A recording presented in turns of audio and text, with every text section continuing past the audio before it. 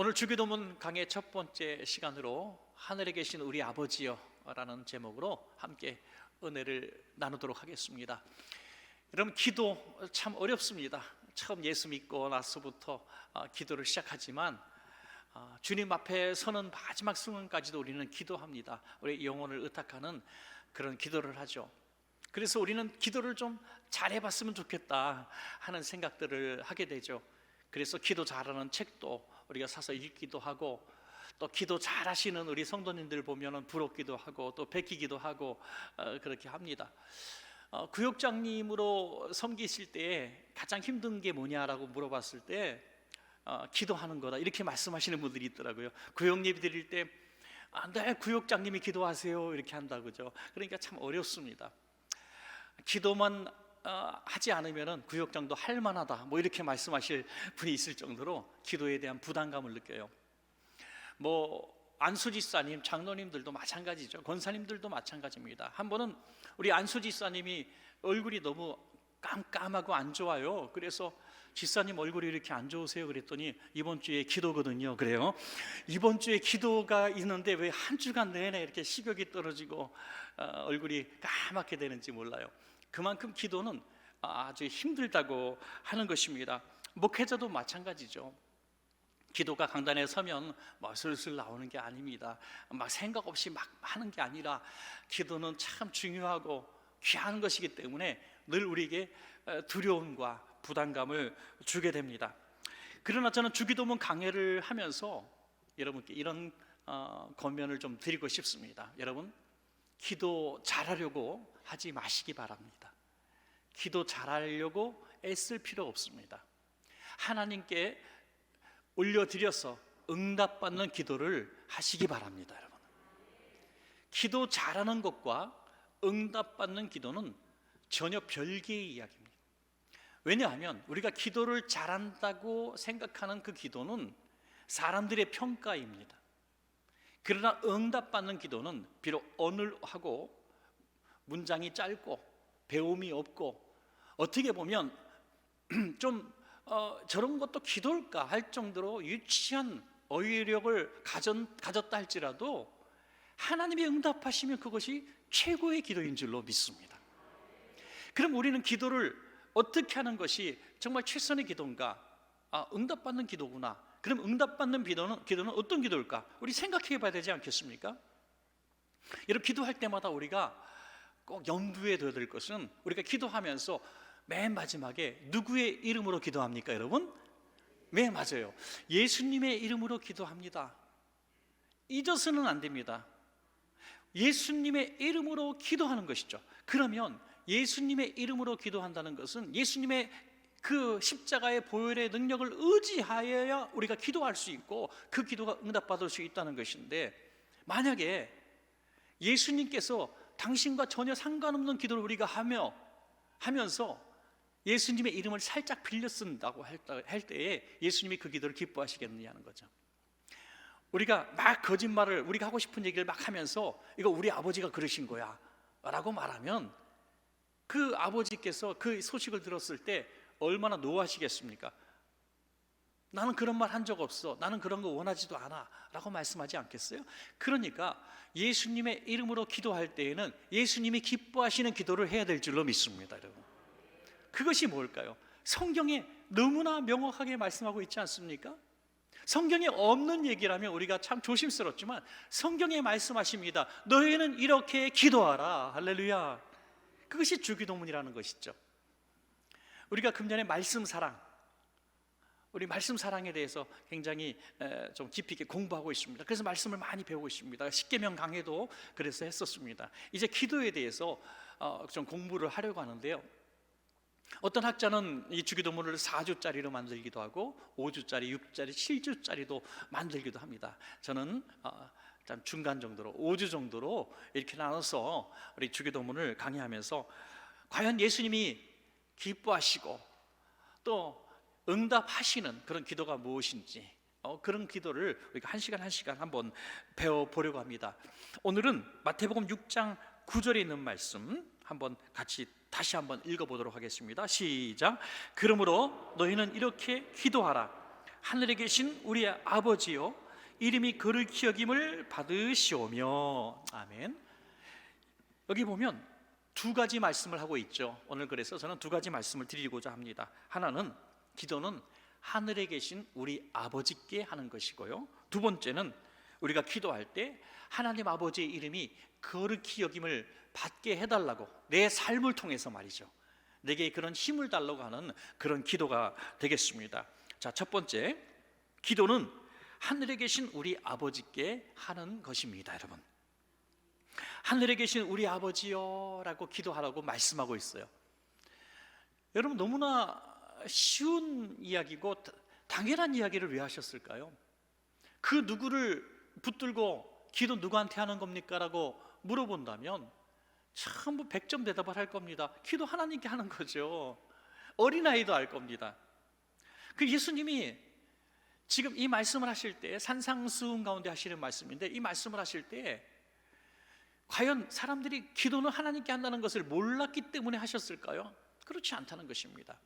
예수님 당시에 예수님이 가만히 보니까 바리새인들, 또 특별히 종교인들이 누구보다 기도를 열심히 하고 하루에 3번씩이나 정해놓고 기도한다는 사람들이 하나님을 향해서 기도하지 않는 모습을 보았기 때문이죠. 그러면서 도무지 반박할 수 없는 두 가지 명확한 증거를 대십니다. 이 증거를 대시면서 너희는 하나님께 기도하는 게 아니야 라고 말씀하고 있는 것이죠. 그 첫 번째 증거는 뭡니까? 사람에게 보이려고 하는 기도였다는 거죠. 사람에게 보이려고, 하나님께 하늘에 계신 우리 아버지 하면서 기도하면서 사람에게 들려주고 싶은 기도만 했다는 겁니다. 자, 마태복음 6장 5절입니다. 또 너희는 기도할 때에 외식하는 자와 같이 하지 말라. 그들은 사람에게 보이려고 회당과 큰 거리 어귀에 서서 기도하기를 좋아하느니라. 내가 진실로 너희에게 이르노니 그들은 자기 상을 이미 받았느니라 말씀하십니다. 많은 외식하는 사람들, 길거리에 서서 큰 소리로 기도했다는 거죠. 정해놓은 시간에 성령까지 가지 못했을 때 길에서, 시장 어귀에서 기도했습니다. 사실 대단한 용기 아닙니까, 여러분? 시장 어귀에 서서 사람들이 지나가는데 손 들고 기도하는 거 참 대단한 용기입니다. 저 여러분도 사실 길에서 기도하라면 사실 기도할 수 있겠습니까? 저도 식당에서 이렇게 기도할 때가 있죠. 식당에서 밥 먹을 때 많은 사람들이 저를 바라보면서 어떤 생각을 할까, 그런 생각을 할 때도 있습니다. 제가 만약에 식당에서 기도하면서 많은 사람이 있는 데서 두 손을 이렇게 경건하게 모이고 한 5분 동안 간절하게 기도하면 사람들이 밥 먹다가 다 저를 쳐다볼 겁니다. 그 사람이 두려워서 뭐 그런 모습이 아니라 그거 참 대단한 용기가 나름대로 필요한 것 아니겠습니까? 그런데 시장에서 기도했다? 대단한 용기입니다. 자, 여기서 우리는 주님께서 책망하신 본질을 알아야 된다는 거죠. 시장에서 사람들이 듣는 데서 기도한 것을 책망한 것이 아니다. 그건 훌륭한 모습일 수도 있다는 겁니다. 그런데 외식이라는 단어에 우리는 주목해야 한다는 것이죠. 외식이 무슨 뜻입니까? 가면을 쓰고 연극하다라는 뜻을 갖고 있다는 거죠. 기도를 연극하듯이 했다는 겁니다. 누구 들으라고? 관객들에게 들려주고 싶었다는 거죠. 지나가는 사람들, 자기가 기도하는 모습을 바라보는 사람들이, 야, 저 사람 기도를 잘하는구나, 저 사람 믿음 있는 사람이구나, 저 사람은 정말 하나님과 가까운 사람이구나 하는 그런 인정을 받고 싶어서 외식하는 기도를 했다는 것입니다. 사람에게 보이려고 하는 기도, 우리도 종종 할 때가 있습니다. 여러분, 연극하듯이 말이죠. 여러분, 우리 조심해야 된다는 겁니다. 특별히 여러 사람들 앞에서 같이 기도할 때에 정말 하나님께 올리는 기도가 돼야 되는데 자꾸 내 기도를 사람이 들을 때 어떻게 평가할까, 여기에 너무 주목한다는 거예요. 그래서 사람들이 내 기도를 듣고, 야, 저 사람 참 배운 사람이구나, 저 사람 기도를 참 세련되게 잘하는구나, 저 사람 정말 기도 소리 들어보니까 은혜 충만한 사람이구나, 이런 사람의 평가에 너무 지나치게 우리가 관심을 갖는다고 하는 것이죠. 어느 초등학교 아이가 집에서 방에서 기도를 합니다. 방문을 활짝 열어놓고 가만히 기도하지 않고 있다가 아버지가 오니까 기도를 시작합니다. 하나님, 우리 아빠가 자전거 사줄 수 있도록 도와주세요 라고요. 하나님께 기도할 때는 골방에서 기도해야 되는데 아빠가 들으려고 하는 기도, 어린아이뿐이 아니라는 거예요. 우리가 날카로운 지적일 수도 있지만 많은 사람들이 자기가 대표 기도를 하면서 자기의 어떤 정치적인 성향을 기도 속에 드러냅니다. 그리고 누구를 책망하고 비판합니다. 정죄합니다. 심지어 분란 있는 어떤 교회는 대표 기도를 하는데 이렇게 기도합니다. 하나님, 우리 교회 아무개 장로와 아무개 목사가 마귀 짓을 하고 있습니다. 하나님께서 심판하셔서 우리 쫓아내 주시고 우리 교회를 평화를 주시옵소서. 이게 하나님이 들으시라고 하는 기도입니까? 자기의 분노와 자기의 욕심과 자기의 혈기를 기도에 그대로 담아내고 있는 것입니다. 이것이 외식입니다, 여러분. 외식이에요. 그리고 우리 기도는 조심해야 됩니다. 너무 목소리도 변조할 필요가 없는 거예요. 어떤 분은 평소의 목소리는 이런데 기도만 시키면 전능하사 전지를 창조하시나. 어떤 목사님 밥 먹을 땐 이런 목소리 나오다가 기도만 시키니까 할렐루야 이렇게 기도하시더라고요. 왜 목소리를 바꾸냐 이거예요. 이유는 하나입니다. 사람들 앞에 자기의 어떤 영성을 보여주고 싶은 거예요. 제가 친구 목사님이 전화했길래 할렐루야 목사님 그랬더니 그만하세요, 토 나올 것 같아요 그러더라고요. 이게 정상인 거죠. 정상인 거죠. 연기하지 마셔야 됩니다. 여러분, 기도할 때 오늘 이 말씀 꼭 기억하십시오. 연기처럼 사람들이 듣게 하기 위해서 내가 어떤 평가를 바라보고 기도하지 말고, 기도는 단순한 진리 하나님 아버지께 하는 것입니다. 여러분, 누가복음 18장에 보면 아주 좋은 사례가 나와 있죠. 바리새인과 세리의 기도입니다. 여기에 하나님을 향해서 하는 기도와 사람이 들으려고 하는 기도, 그 두 가지가 정확하게 나와 있습니다. 제가 한번 읽어드릴게요. 누가복음 18장 10절에서 14절입니다. 두 사람이 기도하러 성전에 올라가니 하나는 바리새인이요 하나는 세리라. 바리새인은 서서 따로 기도하여 이르되 하나님이여, 나는 다른 사람들 곧 토색, 불의, 간음을 하는 자들과 같이 아니하고 이 세리와도 같이 아니함을 감사하나이다. 자랑하고 있죠. 지금 누구 들으라고요? 사람들 들으라고요. 나는 일회에 2번씩 금식하고 또 소득에 11조를 드리나이다. 세리는 그런데 어떻게 합니까? 멀리 서서 감히 눈을 들어 하늘을 쳐다보지도 못하고 다만 가슴을 치며 이르되, 누구를 향해서 기도합니까? 하나님이여, 하나님이여 불쌍히 여기소서, 나는 죄인이로소이다 하였느니라. 자, 내가 너희에게 이르노니 이에 저 바리새인이 아니고 이 사람이 의롭다 하심을 받고 그의 집으로 내려갔느니라. 무릇 자기를 높이는 자는 낮아지고 자기를 낮추는 자는 높아지리라 하시니라. 아멘. 우리는 선택해야 합니다. 기도할 때마다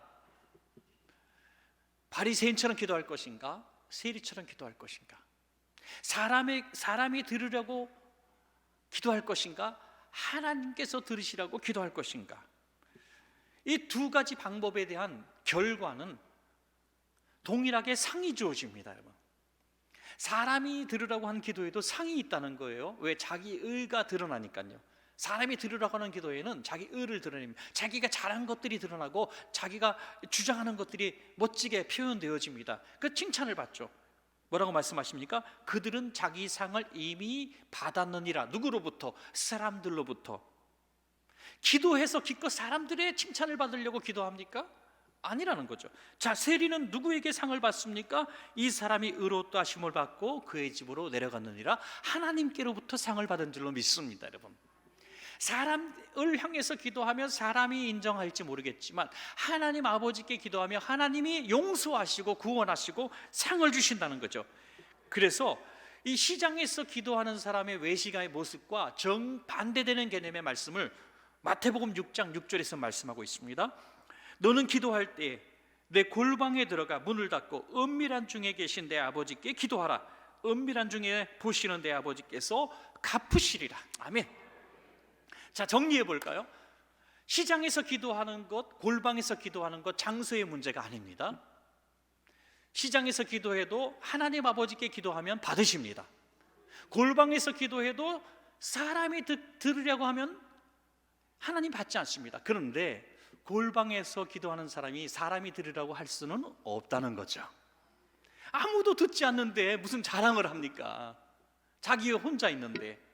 그래서 하나님께서 지혜로운 방법을 말씀하고 있는 거예요. 사람을 의식하지 않고 사람이 내 기도를 어떻게 평가할까 신경 쓰지 말고 정말 하나님 앞에 드리는 기도를 하기를 원한다면 아무도 없는 곳에서, 골방에서 하나님만 생각하고 하나님만 만날 수 있는 곳에서 기도하기를 하나님이 기뻐하신다는 것입니다. 우리가 자꾸 기도에 훈련이 되지 않았을 때에는 이렇게 하나님 아버지께 기도하는 방법을 훈련하기 위해서라도 혼자 있는 시간에 기도하는 시간을 가져야 한다는 것입니다. 또 예수님께서 책망하신 하나님 아버지께 드리지 않는 기도, 또 하나님께서 받지 않는 기도, 어떤 기도가 있다고 말씀하십니까? 두 번째는 중언부언하는 기도다. 그래서 중언부언하는 기도, 마태복음 6장 7절입니다. 또 기도할 때에 이방인과 같이 중언부언하지 말라. 그들은 말을 많이 하여야 들으실 줄 생각하느니라. 중언부언이 무슨 뜻이냐면 뭐 했던 말 또 하고 했던 말 또 하고, 그리고 자기가 무슨 말을 했는지 자기도 모르고 막 그런 거죠. 내가 중언부언하는 기도 했다 안 했다 우리가 잘 알잖아요. 뭐 예배 끝나고 오늘 잠깐 기도합시다 해서 한 3분 동안 기도했습니다. 돌아가실 때 지사님 그 기도 열심히 하시던데 무슨 기도 하셨어요? 내가 무슨 기도했지? 생각이 안 나는 거예요. 대표적인 중언부언입니다, 여러분. 뭔 기도했는지 자기도 모르고 그냥 막 한 거예요. 부끄럽지만 저도 잠을 자기 전에 기도하는데 너무 피곤하고 몽롱한 가운데 기도하면 이렇게 기도합니다. 엎드려서 잠자면 주님 오늘 귀한 음식 주셔서 감사합니다. 내가 식사 기도하고 있네 지금.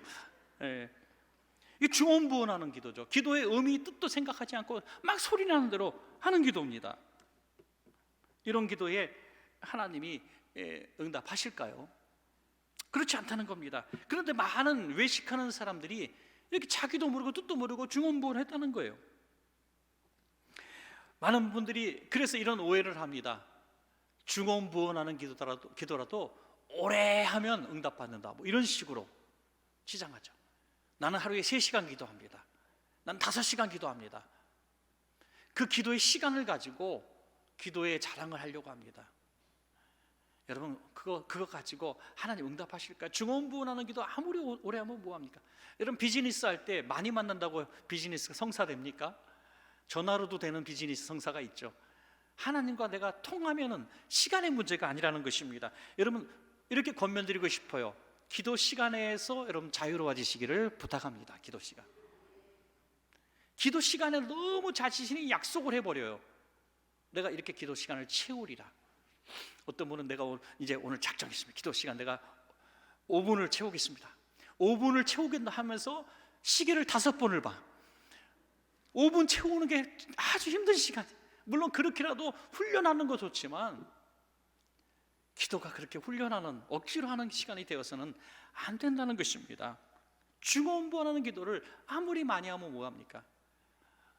이부자리 갖고 와서 교회 강대상에 이불을 펴놓고 밤새 주무시고 아침에 일어나서 말하기를 난 밤을 새워서 교회에서 기도했다고 얘기하면 그게 기도한 것입니까? 잠을 잔 것이죠. 말을 많이 하여야 들으실 줄 생각하느니라, 이렇게 지적하고 있지 않습니까, 여러분? 주기도문에서 주하고 맨 끝에 문자, 기도라는 본질을 빼버리면 뭐가 돼요? 주문이 된다는 거예요. 주문. 주기도문에서 기도를 빼면 주문이 됩니다. 주문이 뭐예요? 중얼중얼 하는 거예요. 그냥 외운 대로 하는 겁니다. 그냥 암송하듯이 하는 것입니다. 그런 기도에는 하나님이 응답하지 않는다는 것입니다. 여러분 기도할 때 비록 짧은 기도, 단 1분을 기도한다 할지라도 오늘 이 말씀 잘 기억하시고 생각하셔서 기도하시기 바랍니다. 여러분 생각하셔서. 그 한마디 한마디를 의미를 실어서 천천히 하더라도, 짧게 하더라도 마음을 담아서 하나님께 이렇게 올려드리는 그런 정확한 기도가 하나님이 받으시는 기도가 될 줄로 믿습니다, 여러분. 자, 끝으로, 두 번째 끝으로 나를 통해 하나님 아버지의 이름이 거룩히 여김을 받게 되기를 우리는 기도해야 합니다, 여러분. 이것은 이제 나를 위한 기도가 되겠어요. 여러분, 이 기도 제목이 참 무겁지 않습니까? 하나님께서 우리에게 주기도문을 가르치면서 이렇게 기도하라고 말씀하시면서 거룩하게 살게 해달라고 기도하라는 거예요. 내가 하나님의 이름을 거룩하게 여김을 받으시도록 내가 살 수 있는 힘을 주세요. 이렇게 기도하라는 것입니다. 우리가 한번 생각해 봅시다. 우리가 기도를 많이 해오고 계시는데 오늘 한 5분 동안 기도했다고 합시다. 5분 기도에 4분 50초 정도는 내가 원하는 소원의 기도를 했을 겁니다. 그런데 주님이 정말 원하시는 주기도문, 이렇게 기도하라고 말씀하신 그 첫 번째, 그리고 놀랍게도 그 주기도문의 맨 마지막이 무엇으로 끝맺기를 원하시냐면 하나님의 영광으로 끝맺기를 원하신다는 거예요. 한번 볼까요? 자, 마태복음 6장 9절 시작하는 부분입니다. 하늘에 계신 우리 아버지여, 이름이 거룩히 여김을 받으시오며.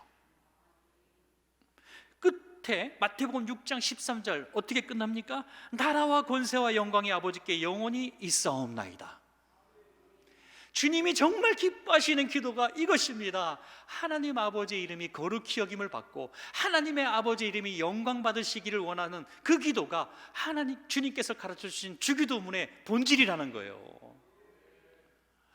얼마나 놀랍습니까, 여러분? 나이가 들어감에 따라서 사람들에게 하는 자랑거리가 달라집니다. 어린아이들은 자기가 가진 학용품도 자랑하고 옷도 자랑하고 하고요. 청소년쯤 되면은 성적 자랑하고 또 외모도 자랑하기도 하고, 청년쯤 되면 자기 다니는 직장 자랑하고 학교 자랑하기도 하고 하죠. 노년이 되면 딱 하나만 자랑한대요. 뭘 자랑할까요? 노년이 되면 딱 자랑하는 게 하나밖에 없어요. 예, 손주 손녀 자랑, 자식 자랑. 다 자기가 가진 자랑은 다 끝났어요. 이제 딱 하나만 자랑한대요. 그래서 경로당이나 양로원 이런데 그런 시설 가면 과장을 해요. 할머니 할아버지들이. 예. 한 20년 전에 옷 한 벌 선물했는데 우리 아들은 매년마다 옷 선물한다고 자랑하고, 과장을 용돈 이만큼 줬다고 자랑하고, 손주 손녀들 소진 벌금 내가면서 막 사진 보여주면서 자랑하고 그래요. 제일 불쌍한 어르신이 누군지 아시죠? 경로당에서 제일 불쌍한 어른, 자식 자랑을 할 게 없는 어른들이. 자식 자랑을 할 게 없어. 찾아오지도 않고 연락도 없고 선물도 없고 부끄러움만 주는 자식. 여러분, 우리 너무나 가슴이 아프잖아요. 신명기 5장 11절에 보면 십계명 제3계명에서 말씀합니다. 너는 내 하나님 여호와 이름을 망령되이 일컫지 말라. 망령되이 일컫는다는 게 뭡니까? 우리가 큰 죄를 져서가 아니라 하나님의 자녀됨의 삶을 제대로 살지 못하는 것이 그 이름을 부끄럽게 하는 것이다, 이렇게 말씀하고 있는 것입니다. 그러면 우리는 이렇게 기도하라는 거예요. 하나님, 내 삶으로 인해서 우리 아버지 하나님의 이름이 부끄러움 당하지 않기를 원합니다. 하나님, 내 잘못된 삶으로 인하여 하나님의 영광이 가려워지지 않기를 원합니다. 야, 너 예수 믿는 사람도 하나님 믿는 사람이 그렇게 살아? 이런 말 안 들어야 된다는 거예요. 그래서 몸부림치며 기도하라고 주기도문에서 지금 가르쳐주고 있는 것입니다. 여러분, 기도하면 하나님의 이름을 거룩히 여김을 받을 수 있도록, 하나님이 영광 받을 수 있도록 우리에게 힘을 주시는 거예요. 그러면 얼마나 우리가 복을 받는 것입니까, 여러분? 부모의 자랑과 면류관이 뭡니까? 자식이 잘 되는 겁니다, 여러분. 우리가 하나님 아버지의 영광을 위해서 살기로 작정하고 기도하면 하나님이 우리를 잘 되게 하신다는 거예요.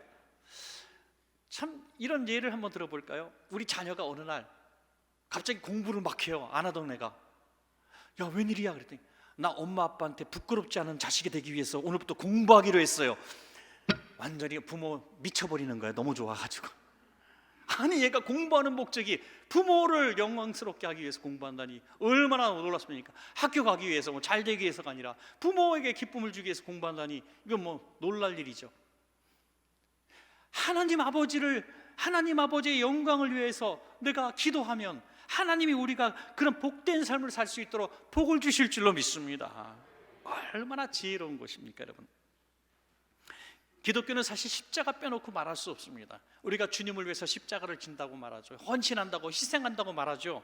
그러나 그것이 하나님의 이름을 거룩히 여김을 받게 하고 영광을 위한 삶이라면 그 십자가가 아니라 그건 축복이라고 하는 것입니다, 여러분. 그러므로 십자가는 혼자 내가 짓는 것이 아니라 하나님의 영광을 위해서 질 때 십자가가 되는 것입니다, 여러분. 내가 당하는 고난은, 스스로 당하는 고난은 절대로 십자가가 아니라는 것입니다. 제가 그래도 여행을 다녀왔으니까 조금씩 하고 싶은 얘기가 있는데요. 여러분 뭐 파리 여행은 대부분 다 다녀오셨을 걸로 알고 있습니다. 뭐 사실 별로 저는 파리바게트는 갔지만 처음 갔다고 말씀을 드렸는데, 뭐 많은 곳은 다니지 못했지만 정말 제가 간 곳 중에서 너무 인상 깊었던 한 장소가 있었습니다. 그래서 여러분들도 프랑스 가면은 딴 데 다 안 가도 거기 가시라고 말씀드리고 싶어요. 갔다 오신 분들도 많이 계실 텐데요. 오늘 말씀의 의미가 연결되는 부분이 있기 때문에 하나 소개할까 합니다. 그것은 아주 먼 곳이에요. 파리에서 한참 내려가서 그 노르망디하고 브리탄이라는 곳 그 사이에 있는 수도원입니다. 몽셀 미셀 수도원이라는 것이죠. 영어로 하면 몬트 세인트 미카엘, 다시 말해서 성 미카엘 수도원입니다.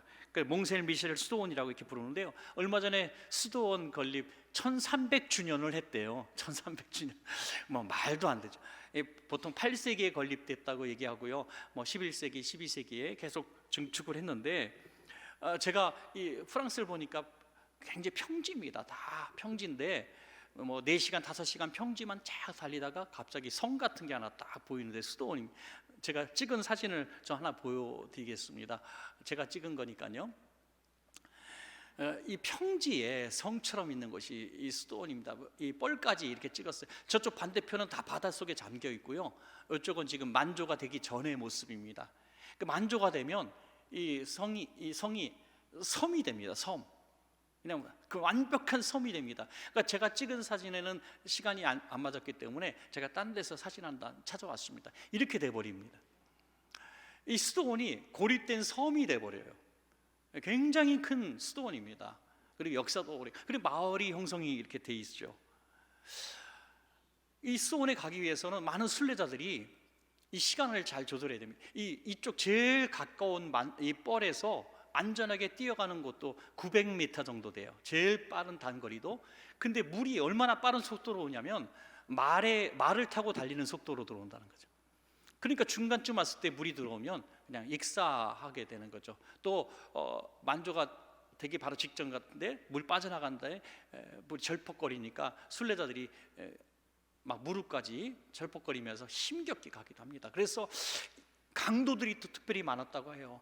순례자들이 거기 걸려 있으면 가서 물건 뺏고 하는 이런 준비된 강도들이 많이 있었다. 그래서 당시에 소권 중에 몽셀 미셸로 가려면 유언장부터 써놓고 가라, 이런 말이 있을 정도로 대단히 어려운 곳이었습니다. 수많은 사람들이 가다가 목숨을 잃고 돌아오지 못했다고 합니다.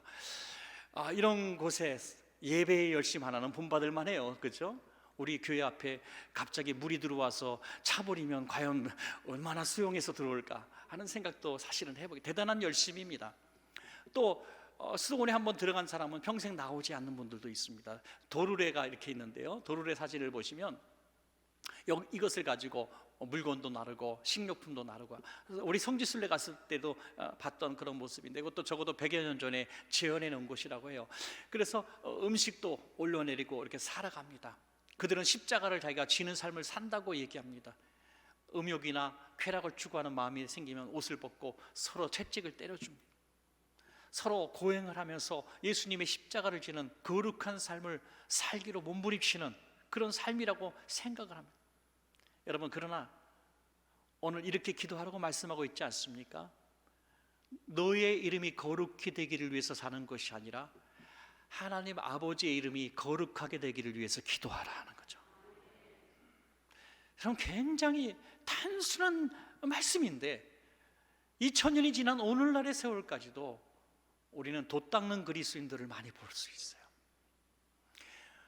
그래서 우리의 이름이 거룩히 되기를 원하는 사람은, 그래서 자기 자신을 너무 사랑하고 자기 자신을 거룩하고 자기 자신을 치고 살아갑니다. 그런 하나님이 원하시는 경건과 거룩함은 사랑의 실천에 있다는 거죠. 여러분, 오늘 성경을 주기도문을 잘 읽어보시는데요, 5장, 6장, 7장을 같이 읽어야 됩니다. 5장, 6장, 7장을 읽으면 이 산상수훈이 다 같이 연결되는 부분이 있는데, 하나님께서 주시고자 하는 이 산상수훈의 가장 핵심 진리는 뭐냐면 하나님 사랑, 이웃 사랑의 모습인 것이죠. 하나님 사랑, 이웃 사랑. 구제에 대해서 오늘 주기도문이 구제에 대해서 위아래로 다 말씀하고 있어요. 구제에 대해서 주기도문을 하시면서 바로 말씀이 구제라는 말씀이죠. 이웃에게 선을 베푸는 것이 바로 거룩이라고 하는 것입니다. 여러분, 거룩. 저는 이 수도원 제일 옥상에서 한번 이렇게 내려다 봤습니다. 물이 저쪽엔 다 차 있어요. 아주 높은 곳입니다. 누구보다 제일 오래 거기서 서 있었습니다. 가만히 내려다보고 있었어요. 1000년 전에 수도사들은 이곳에서 무슨 생각을 했을까? 경건한 생각도 많이 했겠지만 얼마나 괴로웠을까, 외로웠을까, 얼마나 힘들었을까. 그 개인의 삶은 너무나 존경스러운 삶이었지만 그들의 삶을 통하여 과연 그리스도 이름이 거룩히 여김을 받을 만한 일들이 있었을까 하는 생각을 해보게 되는 것이죠. 사랑하는 여러분, 우리가 주기도문을 통해서 날마다 기도해야 될 것은 교회 안의 거룩이 아니라 내가 살아가는 순간순간마다 나를 만나는 사람들이 나를 통하여 하나님의 이름이 거룩하다고 영광 받으시는 그런 삶을 우리가 살아야 하는데, 그것이 바로 십자가고 선행이라고 말씀하고 있는 것입니다. 그런 삶을 위해서 기도하라. 기도하라. 우리 힘으로 안 되니까 기도하라. 이거 주기도문의 교훈인 것입니다. 여러분, 오늘 말씀을 맺겠습니다. 오늘 주기도문 강의 첫 번째 시간, 기도는 누구에게 하는 것이라고요? 하나님 아버지께 하는 것입니다. 그래서 우린 골방 기도에 좀 더 연습이 필요한 것이죠. 또 하나님 아버지의 이름이 거룩하게 여김을 받도록, 영광 받으시도록, 내가 그런 삶을 살 수 있도록 나를 위하여 기도하라.